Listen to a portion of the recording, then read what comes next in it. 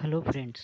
हम लोग आज करेंगे केस स्टडी डाइजेस्ट 21 का एमसीक्यूज़ नंबर फर्स्ट। सेकंड मैंने ऑलरेडी पहले ही कर रखा है, उसका वीडियो डला हुआ है, आप उसे जाके देख सकते हैं एमसीक्यूज़ के प्लेलिस्ट में। तो इसमें देखते हैं कि एमसीक्यूज़ है क्या। पहले, what would be the profit of Indian branch of D Company Limited as per the applicable article of U1 model, assuming that the DTAA between India and country K is line with U1 model convention.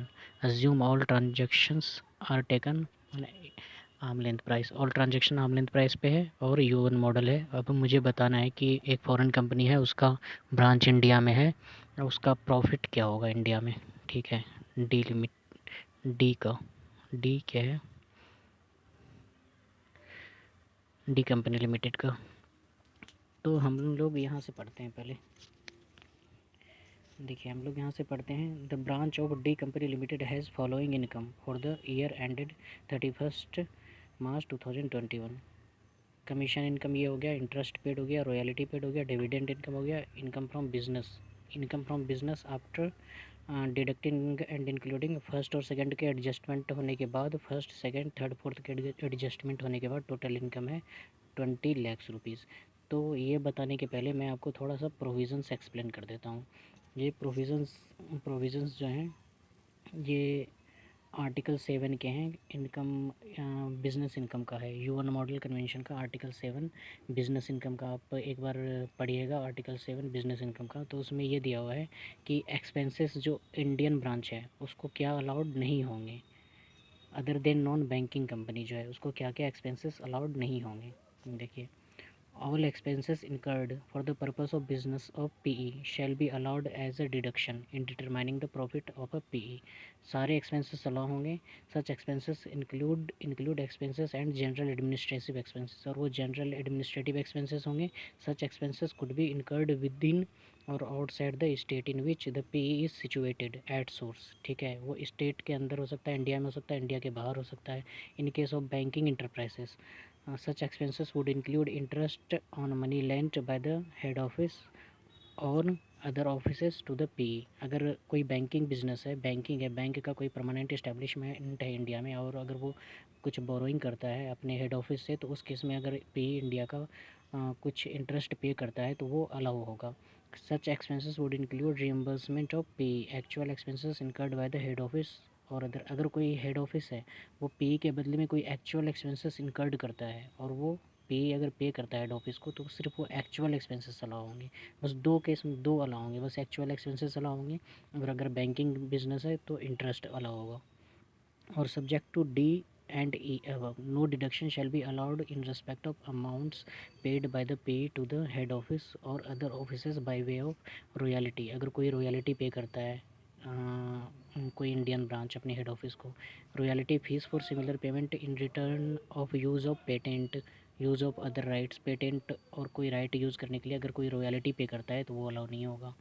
फिर और क्या allow नहीं होगा, commission for specific services performed for the management का, और for management commission allowed नहीं होगा। Interest on money lent to the PE, interest अगर हेड ऑफिस ने दिया है, अगर कोई लोन दिया है हेड ऑफिस ने अपने इंडियन ब्रांच को, तो उस केस में वो इंटरेस्ट भी अलाउड नहीं होगा। और सेम फिर क्या हो जाएगा, अगर कोई इंडियन परमानेंट इस्टेब्लिशमेंट है, अगर वो हेड ऑफिस उसे क्या पे करता है, हेड ऑफिस उसे रॉयल्टी पे करता है। कोई सर्विसेज, कोई पेटेंट यूज़ करता है इंडियन इंडियन परमानेंट इस्टेब्लिशमेंट का हेड ऑफिस, और head office Indian permanent establishment को क्या करता है, रॉयल्टी पे करता है। और क्या करता है, रॉयल्टी कमीशन पे करता है, इंटरेस्ट पे करता है। रॉयल्टी कमीशन इंटरेस्ट, तीन चीज़ याद रखना है, royalty commission interest, royalty commission interest. अगर हेड ऑफिस पे करता है रॉयल्टी कमीशन इंटरेस्ट, ये तीन चीज़ एकदम याद कर लीजिए, रॉयल्टी कमीशन इंटरेस्ट। तो उस केस में ये इनकम में भी इंक्लूड नहीं होगा। एक्सपेंसेस तो अलाउड नहीं होंगे लेकिन इनकम भी इंक्लूड नहीं होगा। ठीक है ना, सिर्फ एक्सपेंस एकदम दिमाग में सेट कर लेना है, बेहद इंपॉर्टेंट है ये। अगर इंडियन ब्रांच पे कर रहा है रॉयल्टी कमीशन और इंटरेस्ट हेड ऑफिस को, other than non banking company है तो वो क्या होगा, अलाउ नहीं होगा।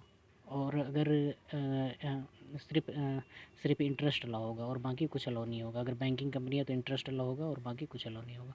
और अगर हेड ऑफिस पे कर रहा है रॉयल्टी कमीशन और इंटरेस्ट इंडियन ब्रांच को, तो वो भी इनकम में हम इंक्लूड नहीं करेंगे।